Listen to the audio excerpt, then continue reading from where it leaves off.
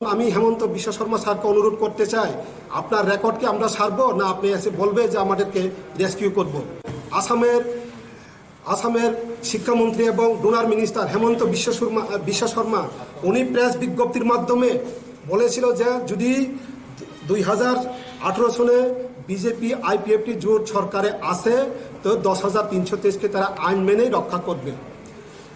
উনি এও বলেছে এই কথাটাকে আপনারা রেকর্ড করে রাখুন, যদি আমরা না করতে পারি রেকর্ডটাকে আমরা পরবর্তীকালে প্রচার করুন।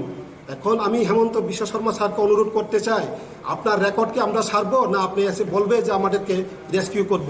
मेरा बात आप लोग रिकॉर्ड कर लीजिए, बाद में सलाह देगा कि भारतीय जनता पार्टी का सरकार त्रिपुरा में आएगा, 7 पे कमीशन हम लोग देगा ही देगा, नहीं तो हमको एमपी इलेक्शन में कोई वोट ना दे।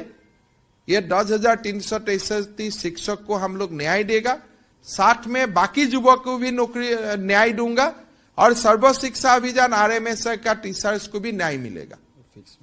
और फिक्स में जो लोग है आप लोग रिकॉर्ड कर लीजिए, फिर बाद में सालाना घुमा घुमा के सालाना अगर हम लोग नहीं करेगा तो। শুধু মুখ্যমন্ত্রী না, ভারতবর্ষের অর্থমন্ত্রী নির্বাচনের আগে 18 নির্বাচনের আগে যে ভিশন ডকুমেন্টটা প্রকাশ করেছিল, ওই ভিশন ডকুমেন্টেও লেখা আছে যে যদি বিজেপি 2018 সনে রাজ্যের ক্ষমতায় আসে তো 10,323কে তারা রেস্কিউ করবে।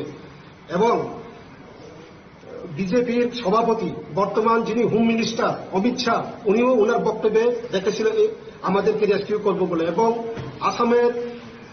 আসামের শিক্ষামন্ত্রী এবং ডোনার মিনিস্টার হেমন্ত বিশ্ব শর্মা উনি প্রেস বিজ্ঞপ্তির মাধ্যমে বলেছিল যে যদি 2018 সনে বিজেপি আইপিএফটি জোট সরকারে আসে তো 10,323কে তারা আইন মেনেই রক্ষা করবে।